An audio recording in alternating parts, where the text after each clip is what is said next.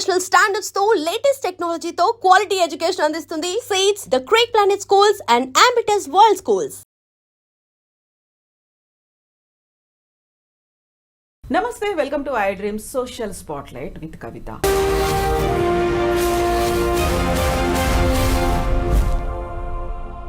అమెరికాలో తీసుకుంటున్నటువంటి రోజుకొక నిర్ణయాలు అనేవి విద్యార్థుల భవిష్యత్తును ప్రశ్నార్థకం చేస్తున్నాయా? ముఖ్యంగా తెలుగు విద్యార్థుల భవిష్యత్తు ఏంటి? వాళ్ళంతా తిరిగి రావాల్సిందేనా? బోల్డ్ అని డౌట్స్ అనేవి వస్తున్నాయి ఒకవైపు స్టూడెంట్స్లోనూ, మరోవైపు ఇక్కడే ఉన్నటువంటి తల్లిదండ్రుల్లో కూడా. నిజంగా ట్రంప్ అలాంటి డెసిషన్స్ ఎందుకు తీసుకోవాల్సి వస్తుంది? తమ దగ్గర చదువుకోవడానికి వస్తున్న వాళ్ళకి ఎందుకు అంతలా అన్యాయం చేస్తున్నారో, దాని వెనకాల ఉన్నటువంటి మతలబేంటి? మనతో పాటుగా ఉన్నారు సీనియర్ జర్నలిస్ట్ జిఆర్ మహర్షి గారు. మహర్షి గారు నమస్కారం అండి. యూజువల్గా ఒక వినిపిస్తున్న వాదన ఏంటంటే, ట్రంప్ వచ్చాడు కాబట్టి ఫస్ట్ అమెరికన్లకి ప్రయారిటీ ఇస్తున్నాడు. ఓకే, అమెరికన్లకి ప్రయారిటీ ఇవ్వాలి, కాదనట్లేదు. మిగతా వారికి ఎందుకు అన్యాయం చేస్తున్నారు? వారిని ఎందుకు అలా తరిమేస్తున్నారు? అంత నిర్దాక్షిణ్యంగా ఎందుకని పంపించేస్తున్నారు అనేటువంటి ఒక వాదన మాట వినిపిస్తోంది కదా. ఎలా చూస్తారు దీన్ని? ఇదేం లేదు మేడం, గాలిబుడగ కదా. ఇప్పుడు గాలిబుడగ సిద్ధాంతం ఏంటి? ఎంతసేపు గాలిలో ఎగిరినా ఒకరోజు పేలిపోతుంది. మనం మామూలుగా స్కూటర్ టైర్ ఉంటుంది కదా, గాలి తక్కువ ఉన్నప్పుడు సరిగ్గా ముందుకు పోతుంది. మనం ఓవర్ ప్రెజరైజ్డ్ చేస్తే ఏమవుతుంది? అది పేలిపోతుంది. ఇప్పుడు అక్కడ జరుగుతూ ఉండేది కూడా అదే. అమెరికాలో ఏం జరుగుతూ ఉందంటే, ఎక్కువైపోయింది, విపరీతం అయిపోయింది. అంటే 3,39,000 మంది పోయారు లాస్ట్ ఇయర్. మీకు 1980 ఆ ప్రాంతంలో తీసుకుంటే చాలా కొంచెం బాగా డబ్బులు ఉండేవాళ్ళు, కొంచెం ఐఫై ఫ్యామిలీస్ నుంచి పోయేవాళ్ళు అమెరికాకి. పోయి అక్కడ వాళ్ళకి నచ్చితే సెటిల్ అయ్యేది. అట్లా 90s తర్వాత ఏమైందంటే, ఈ వరల్డ్ లిబరలైజేషను వీటన్నిటి ప్రభావం వల్ల మధ్యతరగతికి కూడా అమెరికా అందుబాటులోకి వచ్చింది. మధ్యతరగతి పిల్లలు కూడా అమెరికా పోయి అక్కడే ఏదో ఉద్యోగాలు చూసుకొని అక్కడే సెటిల్ కావడం ఇదంతా స్టార్ట్ అయింది. ఇది క్రమేపీ ఏమైపోయిందంటే, ఈ 20-25 ఏళ్లలో విపరీతంగా మన వాళ్ళు అక్కడ ఉన్నారు. సరే, మన వాళ్ళు ఉంటే ఏమిటి ఇబ్బంది వాళ్ళకి అంటే, వీళ్ళ సంఖ్య పెరిగిపోయి, ఈ ఏషియన్స్ కానీ ముఖ్యంగా ఇండియన్స్ కానీ వీళ్ళంతా సంఖ్య పెరిగిపోయి అమెరికా వాళ్ళకి ఎవరైతే నేటివ్స్ అమెరికా వాళ్ళు ఉంటారో మాకు అన్యాయం జరుగుతూ ఉంది, మాకు ఉద్యోగాలు లేకుండా పోతున్నాయి, మా పరిస్థితి ఏమిటి అనేది ఒకటి మొదలైంది. ట్రంప్ గెలవడానికి ముఖ్యమైన కారణం ఏమంటే, ఈ అమెరికాకు సంబంధించిన అన్యాయం జరుగుతుందని మన వాళ్ళు కూడా ట్రంప్ చేశారు. అక్కడ ఉన్నటువంటి ఇండియన్స్, ఓటు హక్కు ఉన్న వాళ్ళు కూడా ట్రంప్కే వేశారు ఈసారి. ఎందుకు వేశారు అంటే, ఈ ఇండియన్స్ సంఖ్య వీళ్ళందరూ తగ్గించేయాలి, వీళ్ళందరూ వెనక్కి పంపించేయాలి అనేది పాయింట్. సరే, ఇప్పుడు మన పిల్లలు అక్కడ ఉన్నారు కదా, ఏమిటి వాళ్ళ పరిస్థితి అంటే, ఇప్పుడు ఉన్న పరిస్థితుల్లో అక్కడికి వెళ్ళిన వాళ్ళు చాలా ఇబ్బందులు పడాల్సిన ఒక సిచ్యువేషన్ ఎదురైంది. ఎందుకు ఎదురైందంటే, సరే డబ్బులు బాగా ఉండి ఫీజులన్నీ కట్టుకొని నెలకు ఇంటి నుంచి 2 లక్షలు 3 లక్షలు ఖర్చులకు తెప్పించుకోగలిగి చదువుకున్న విద్యార్థుల శాతము 10-20% మించి ఉండదు.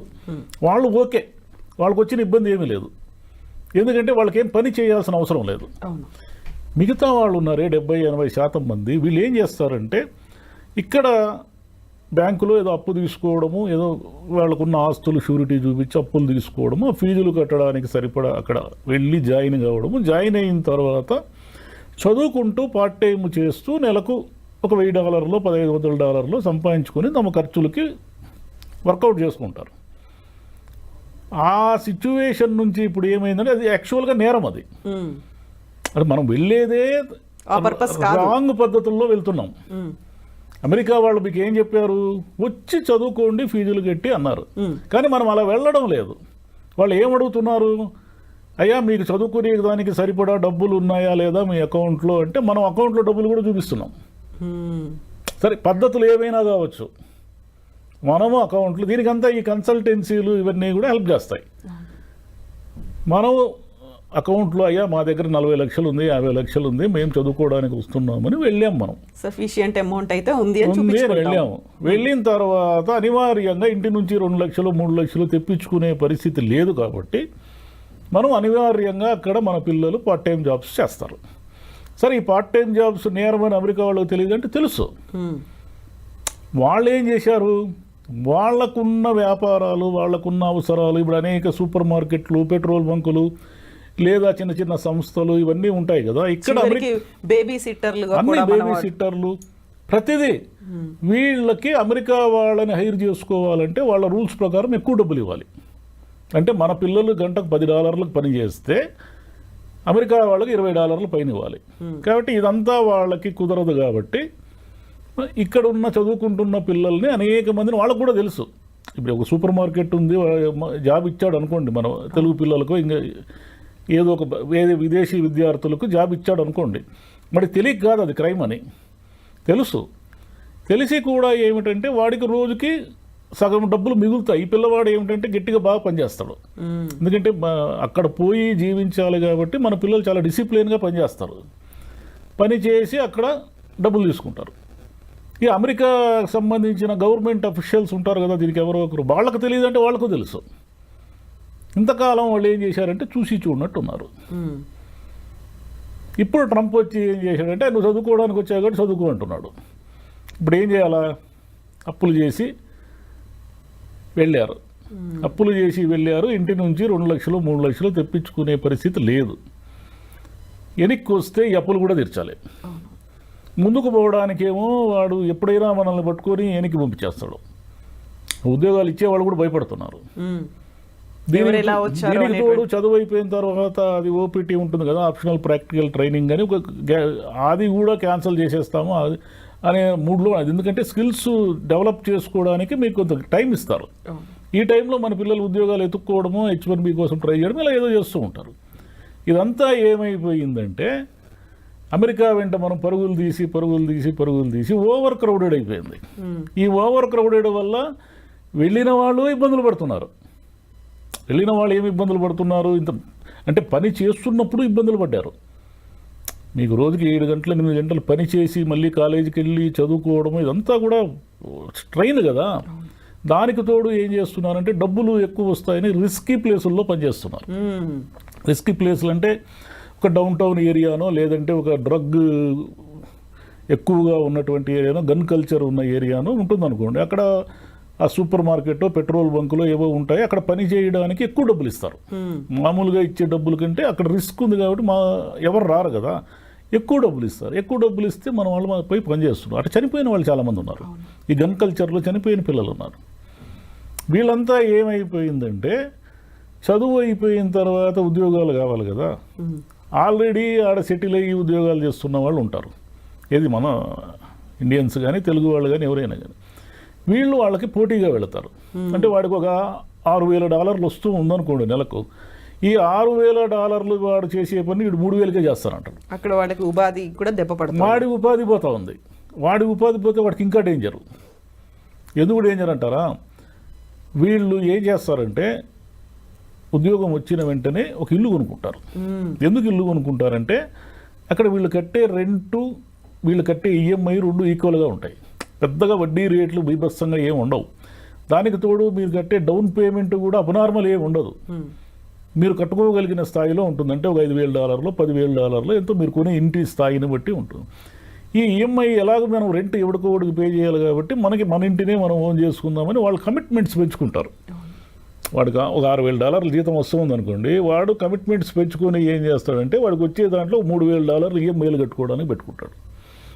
ఇప్పుడు వీడు పోటీకి వస్తే వాడు $3,000 వాడు పని చేయలేడు. $3,000 పని చేస్తే వాడు ఏం చేయగలుగుతాడు? అప్పులు కూడా తీర్చుకోలేడు. పోనీ ఆ ఇంటిని అమ్మేద్దామంటే అది కుదరదు. ఎందుకు కుదరదంటే ఆడ ఫస్ట్ హ్యాండిల్ ఇండ్లే అనేకం ఉంటాయి. ఈ సెకండ్ హ్యాండిల్ ఇంటిని ఎవడు కొంటాడు? ఎవడు కొనడు. కొన్నా మీరు పెట్టిన పెట్టుబడికి మొత్తం నష్టపోవాల్సి ఉంటుంది. కాబట్టి అంతా ఇరుక్కునేసినారు. అందరూ పోయి ఇరుక్కునేసినారు. అక్కడ స్థలం లేని చోట ఒక 1000 మంది బట్టే ఒక ఏదో ఉంటుంది కదా, ఒక ట్రైన్ బోగి ఉందనుకోండి, దానికి ఒక 100 కెపాసిటీ ఉంటే ఒక 600 మంది ఆ బోగీలు ఎక్కితే ఏమైపోతుంది? ఎవడికి గాలి ఆడదు. అట్లా బాగా అంత ముందు ఎప్పుడో 90sలో పోయి సెటిల్ అయిన వాళ్ళ పరిస్థితి వేరు. కానీ ఇప్పుడు గత 5-10 ఏళ్లలో పోయిన వాళ్ళంతా ఇబ్బందులు పడుతున్నారు. అంటే జాబ్స్ చేస్తున్న వాళ్ళు ఇబ్బందులు పడుతున్నారు, వెళ్ళిన పిల్లలు ఇబ్బందులు పడుతున్నారు. దీనికి తోడు ఈ డూప్లికేట్ కన్సల్టెన్సీలు ఉంటాయి. అది మన వాళ్ళు తెలుగు వాళ్ళే ఎక్కువ ఉంటారు దాంట్లో. వీళ్ళు ఏం చేస్తారంటే అంత మోసమే. వీళ్ళు ఉద్యోగాలు ఇప్పిస్తాననేది మోసమే, అంటే ఇప్పిస్తారు, ఇప్పించి వాడికి వచ్చే $1000 వీడు 500 కమిషన్లు తినేస్తాడు. అంటే వీళ్ళ నిస్సహాయతని ఆధారంగా చేసుకుని ఈ మోసాలు చేసే వాళ్ళ సంఖ్య కూడా పెరిగిపోయింది. దాంట్లో మన వాళ్ళే ఎక్కువ ఉన్నారు. మన వాళ్ళని ఆ మోసాల్లో పట్టుకుని ఇండియాకి పంపించేసిన వాళ్ళు కూడా ఇక్కడ చాలామంది పెద్ద మనుషులుగా చలామణి అయ్యే వాళ్ళంతా కూడా అమెరికా నుంచి బహిష్కరణకు గురైన వాళ్ళే కొంతమంది. కాబట్టి ఇదంతా ఏమంటే ఇప్పుడు నేర్చుకోవాల్సింది ఏమంటే మనం ఇండియాలోనే ఉండి ఏదో ఒక ఉద్యోగం చేసుకోవడం అనేది ఒక పద్ధతి. ఇంతకుముందు గల్ఫ్ ఉండి ఆ బుడగ పేలిపోయింది. గల్ఫ్ వారు వచ్చినప్పుడు అందరూ వెనక్కి వచ్చేసారు. అంటే అది ఒక స్కిల్డ్, అది లేబర్ సంబంధించిన గల్ఫ్ ఎక్కువ పోయేవాళ్ళు. ఈ సాఫ్ట్వేర్ వాళ్ళకే అసలైన ఇబ్బందులు ఉండేది. నర్సింగ్ నుంచి వెళ్ళేవాళ్ళు, ఫార్మసీ నుంచి వెళ్ళేవాళ్ళు కూల్గానే ఉన్నారు. ఈ సమస్య అంతా ఇప్పుడు ట్రంప్ పెడుతున్న ఇబ్బందుల వల్ల ఏమవుతుందంటే అమెరికాలో ఉన్న ఆర్థిక వ్యవస్థ అంతా కూడా ముతలాకుతలం అవుతా ఉంది. ఇప్పుడు 125% టారిఫ్లు విధిస్తే చైనా మీద అతను వారు ప్రకటించాడు. చైనా వస్తువు లేకుండా మనం ఒక రోజైనా జీవించగలమా? అసలు మన దేశంలోనే ఒకసారి ఊహించుకోండి మీరు, చైనా కదా, ఏ వస్తువు చూసినా చైనా ప్రోడక్టే ఉంది మనకు. ఇక అక్కడ కూడా అంతే, డాలర్ షాపులను ఉంటాయి. సింగిల్ డాలర్కి మన దగ్గర $100 ఏదో వస్తువు దొరికిన అన్ని వస్తువులు $100 ఉన్నాయి. అక్కడ డాలర్ షాప్స్ ఉంటాయి. ఈ డాలర్ షాపుల్లో సగం చైనా వస్తువులే ఉంటాయి. మరి వీటన్నిటినీ మీరు సుంకాలు పెంచి ఇవన్నీ చేయడం వల్ల అవన్నీ రేట్లు పెరుగుతాయి కదా. మీకు ఎగుమతులు మీకు ఎలాగైతే తగ్గిపోతాయో దిగుమతుల మీద వచ్చేవన్నీ కూడా రేట్లు పెరుగుతాయి. ఇవన్నీ రేట్లు పెరిగినప్పుడు వాళ్ళకి సహజంగానే అమెరికన్స్ ఏం చేయాలా, ఖర్చులు తగ్గించుకుంటారు. ఇప్పుడున్న ఆర్థిక వ్యవస్థలో అమెరికానే కాదు, ఏ దేశమైనా సరే ప్రజలు తమ ఖర్చుల్ని తగ్గించుకుంటే మునిగిపోతుంది. ప్రజలు ఖర్చు పెడతా ఉండాలా, డబ్బు చలామణిలోనే ఉండాలి. మనకి ఎందుకు ఇన్ని ఈఎంఐలు అవి ఇవి డిస్కౌంట్లు అని ఇచ్చి అన్ని కొనిపించేది? మన దగ్గర రూపాయి ఉండకూడదు. మనం ఎప్పుడు అప్పుల్లోనే ఉండాలి, నెల బిల్లులు కడుతూనే ఉండాలి. మనం ఇంత మునుపు మీరు గమనిస్తే 20-30 ఏళ్ల క్రితము పొదుపుకు సంబంధించిన అడ్వర్టైజ్మెంట్లు వచ్చేటివి. పొదుపు చేయండి, పొదుపు శ్రీ మహాలక్ష్మి ఏదేదో అనేవాళ్ళు కదా. ఇప్పుడు ఎవరు అనడం లేదు, గమనించండి మీరు. పొదుపు అనే అడ్వర్టైజ్మెంట్ పొరపాటున కూడా రాదు. డబ్బులు ఖర్చు పెట్టించే అడ్వర్టైజ్మెంట్లు 100 ఉంటాయి. అందులో ఆఫర్లు, కార్లు కొనండి, బట్టలు కొనండి, బంగారం కొనండి, ఇల్లు కొనండి, అవి కొనండి, ఇవి కొనండి. అంటే మీరు నిరంతరము ఈఎంఐలు కడుతూ బిల్లులలో అంటే అప్పుల్లో ఉంటేనే ఆర్థిక వ్యవస్థ నడుస్తూ ఉంటుంది. మనకంటే అమెరికా ఇంకా ఘోరం. అమెరికాలో ఏంటంటే నిరంతరం డబ్బు చలామణి జరుగుతూనే ఉంటేనే వాళ్ళ ఆర్థిక వ్యవస్థ నిలబడుతుంది. అంటే ఈ విషయాలన్నీ ట్రంప్కు తెలియవంటే తెలుసు. అతను ఏదో అమెరికాని మళ్ళీ గ్రేట్ చేయాలనేది నినాదం పెట్టుకున్నాడు కదా. ఆ నినాదం పిచ్చి పెట్టి అతనికి ఇవన్నీ చేస్తున్నాడు. ఇవన్నీ చేయడం వల్ల వచ్చేది ఏమిటంటే అమెరికా వాళ్ళు ఇబ్బందులు పడతారు, మన వాళ్ళు అంతకంటే దారుణంగా ఇబ్బందులు పడతారు. ఇప్పుడు మన విద్యార్థులందరినీ కూడా పంపించేస్తున్నారు చిన్న కారణాలతో. అంటే మీరు పొరపాటున డ్రైవింగ్ తప్పు చేసి మీ మీద ఒక చలానా ఉన్న టికెట్ ఉన్నా కూడా మీరు శిక్షార్హులే, మీరు వెళ్ళిపోయిన ఇంటికి 15 రోజుల్లో అంటున్నారు. అంటే ఏదో కోర్టులు అవి ఇవి నడుస్తున్నాయి అనుకోండి. ఈ 3 ఏళ్ళు కష్టమే వాళ్ళకి. ట్రంప్ని వాళ్ళే ఏరుకోరి ఎందుకు తెచ్చుకున్నారు? ఆయన ఏదో మా అమెరికాని మార్చేస్తాడని తెచ్చుకున్నారు. ఇప్పుడు వీళ్ళందరూ లేకపోతే వాళ్ళ వ్యాపారాలు జరగవు. ఈ భారతీయ విద్యార్థులు కావచ్చు, చైనీస్ కావచ్చు, చాలామంది కొరియా వాళ్ళు, వీళ్ళంతా విపరీతంగా ఉన్నారు కదా అక్కడ. వీళ్ళందరూ లేకుండా $4,380 కోట్ల వచ్చింది అమెరికాకు ఆదాయం కేవలం విద్యార్థుల వల్ల, విద్యార్థులు ఫీజులు కట్టడం వల్ల. మరి ఇదంతా ఆదాయమే కదా. అసలు వీళ్ళంతా లేకపోతే ఆడున్న యూనివర్సిటీలు సగం మూసేస్తారు. ఎక్కడున్నాయి ఆడ? వీళ్ళు మన పిల్లలు, విదేశీ పిల్లలంతా చేరితేనే కదా అమెరికాలో అన్ని యూనివర్సిటీలు నడుస్తున్నాయి. మరి వాళ్ళంతా ఏమైపోవాలా? కాబట్టి ఇదంతా ఒకరినొకరిని చుట్టుకునేసింది. అందరూ చక్రవ్యూహంలో ఇరుక్కున్నారు పోయి. ఈ ట్రంప్ మరి తగ్గినట్టే కనిపిస్తున్నాడు. తగ్గితే మంచిది. కానీ ఇంకే అమెరికా బుడగైతే పేలిపోయింది. ఇంక పల్లెల్లో కూర్చొని మావాడు అమెరికాలో ఉన్నాడు, మా అమ్మాయి అమెరికాలో ఉంది. ఇప్పుడు మీరు ఏ పల్లెటూరు కనవ్వండి, ఒక 25 మంది పెద్దవాళ్ళు కనిపిస్తారు అమెరికా చూసి వచ్చిన వాళ్ళు. ఒకప్పుడు అమెరికా ఏ దిశలో ఉందో కూడా ఎవరికి తెలియదు. ఈరోజు మీరు ఏ పల్లెటూరులో అయినా అడగండి, ఆ పల్లెటూరులో 10 మంది అమ్మాయిలు అబ్బాయిలు అమెరికాలో ఉంటారు. ఆ ఊరిలో ఉన్న పెద్దవాళ్ళు, ముసలి వాళ్ళు కూడా అమెరికాని చూసి వచ్చిన వాళ్ళు అనేక మంది ఉంటారు. ఎందుకంటే ఇప్పుడు పిల్లలకి ఏదైనా పురుడు డెలివరీలు ఇవన్నీ అయినప్పుడు అక్కడ ఖర్చులు భరించలేరు కాబట్టి యాక్చువల్గా వీళ్ళు పోయేది అసిస్టెంట్లుగానే, హెల్త్ అసిస్టెంట్లుగానే పోయేది మనము. కానీ మనం ఏదో చెప్పుకుంటూ ఉంటాం అమెరికా పోయించినాం అని. కాబట్టి ఈ డాలర్స్ డ్రీమ్ అనేది బుడగా అయిపోయింది దాని పని. ఈ అయిపోయిందనే దాన్ని గుర్తించి ఇంక డబ్బులుంటే పోండి, మీరు ఉద్యోగం చేయండి, లేదంటే వెనక్కి వచ్చేయండి, ఏమైనా. వీళ్ళు వెళ్తారు కదా, 3,30,000 మంది వెళ్ళారు కదా, వీళ్ళలో 20,000 మంది కూడా వెనక్కి రారు. 3,30,000, 3,15,000 మంది ఆడే ఉండాలనుకుంటారు. ఎక్కడున్నాడు స్పేస్? మీకు ఎక్కడుంది జాబ్స్? ఎక్కడున్నాయో లేదు కాబట్టి అది మీరు వెనక్కి రాలేరు. ఎందుకు రాలేరంటే ఇక్కడ ఉన్న కమిట్మెంట్స్ కోసం వెనక్కి రాలేరు. పైగా అక్కడ అలవాటు పడితే కూడా కష్టమే. ఎందుకంటే మీకు ఆ సివిక్ కమ్యూనిటీస్ కానీ, ఈ ట్రాఫిక్ కానీ, ఇదంతా ఒక సిస్టమ్ ఉంటుంది కదా, మనకు సిస్టమ్ ఉండదు ఇక్కడ. కాబట్టి ఆడ డ్రైవ్ చేసేవాడు ఈ డ్రైవ్ కూడా చేయలేడు, ఈ ట్రాఫిక్ తట్టుకోలేడు వాడు. ఏదో న్యూయార్క్ లాంటి నగరాలు మినహాయిస్తే మిగతా ఊర్లు ఎక్కడా కూడా పెద్ద ట్రాఫిక్ ఇవన్నీ ఏమి ఉండవు కదా. కాబట్టి అక్కడున్న సౌకర్యాలకు అలవాటు పడి అమెరికా వదిలి రావాలనిపించదు. అక్కడ ఉండాలంటేనేమో ఈ నిరంతరం స్ట్రగులు, చాలా ఇబ్బంది. అంటే ఏమంటారు, స్ట్రెస్ గురవుతున్నారు పిల్లలంతా కూడా. కాబట్టి ఇక మీద డబ్బులు ఉండేవాళ్ళు పోండి.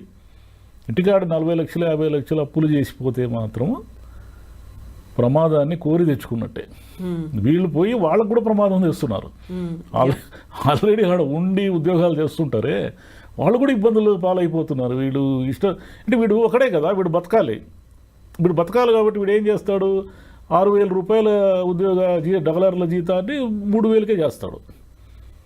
వీడికి సర్వైవల్ కాబట్టి. వాడేమో ఆల్రెడీ కమిట్మెంట్స్కి ఫిక్స్ అయిపోయి ఈ జీతం నాకు వస్తుందేమో అనే భ్రమలో ఉంటాడు. వాడికి ఆ జీతం పోయిందంటే ఆ కమిట్మెంట్స్ అని వాడెప్పుడు తీర్చుకుంటాడు. అంటే వాళ్ళు అందరూ ఈ సర్కిల్లో ఇరుక్కునేశారు. దీని తోడు అదనంగా ట్రంప్ వచ్చాడు. ఆల్రెడీ బ్యాడ్ వెదర్ స్టార్ట్ అయింది. ట్రంప్ అదనంగా వచ్చి రిసెషన్, ఈ సుంకాలు, ఈ గోలంతా పెట్టి తెచ్చిపెట్టేశాడు. కాబట్టి ఇక అమెరికా అనేది డ్రీమ్ కాదు. అమెరికా అనేది ఒక రకమైన పీడకల ఇంకా పోతే లేదు మేము పోతాము అమెరికాలోనే ఏమైనా సరే డాలర్లు తెచ్చుకుంటాము అని అనుకుంటే 10 మందిలో ఒకడు కూడా సక్సెస్ అయ్యే పరిస్థితి లేదు ఇప్పుడు అట్ ప్రజెంట్. వేరే సాఫ్ట్వేర్ కాకుండా వేరే విభాగాల్లో పోయిన వాళ్ళు ఓకే, కానీ వాళ్ళు లేరు కదా ఎక్కువ. ఈ నర్సింగ్లోనూ అంతా ఈ సాఫ్ట్వేర్లోనే నడుస్తూ ఉంది అంత చుట్టూ. సో ఎందుకు ఎలా వెళ్తున్నారు చూసుకోవాలి, ఒక సక్రమమైన పద్ధతి. అందులో వాళ్ళు అమెరికన్లు ట్రంప్ ఏం ఆంక్షలు ఎందుకోసం పెట్టారనేది కూడా మనం అర్థం చేసుకొని ఆలోచన చేయాల్సిన అవసరం ఉంది. ఏం ఆలోచన చేయరు. ప్రతి వాళ్ళకి డాలర్లు సంపాదించాలని కోరుకున్నప్పుడు ఎందుకు ఆలోచిస్తారు? మనం సక్సెస్ అయ్యి వస్తామేమో మనకు తెలియదు కదా. ఇదే ఉంటుంది. అంటే గవర్నమెంట్ విధించే, అంటే ప్రభుత్వాలు మారినప్పుడు ఇలాంటి ఉపద్రవాలు వస్తాయి. వీటికి తట్టుకొని నిలబడే వాళ్ళు ఉంటారు, నిలబడలేని వాళ్ళు వెనక్కి రావాల్సింది. వాళ్ళు బలవంతంగానే పంపిస్తారు, మనం సర్వైవ్ కాకుండానే వెనక్కి వస్తాము. ఆ ట్రాన్సిషన్ పీరియడ్ని అర్థం చేసుకోగలిగితే బెటర్, లేకపోతే ఇంకా కష్టాలే. ఇక్కడ తల్లిదండ్రులు కూడా కష్టాలే. అవును, పాపం వీళ్ళు ఏవో ఉన్న ఆస్తులు అవి ఇవి తాకట్టు పెట్టి పంపిస్తారు కదా. వాళ్ళకేమో ఇంటికి పోతే ఖాళీ చేతులతో ఇంటికి పోతే అమ్మా నాన్న ఏమనుకుంటారని, వీళ్ళేమో మా పిల్లలు అమెరికాలో ఉన్నారని ఇక్కడ అది ఏమంటారు, అది ఆనందంగా చెప్పుకొని తిరుగుతూ ఉంటారు. అమెరికా నుంచి వాడు ఖాళీ చేతులతో వచ్చాడంటే వీళ్ళు షాక్ అయిపోతారు. ఈ చిన్న ఎమోషనల్ సమస్యలన్నీ ఉన్నాయి దీంట్లో. ఎస్ మహర్షి గారు, thank you so much sir. Thank you.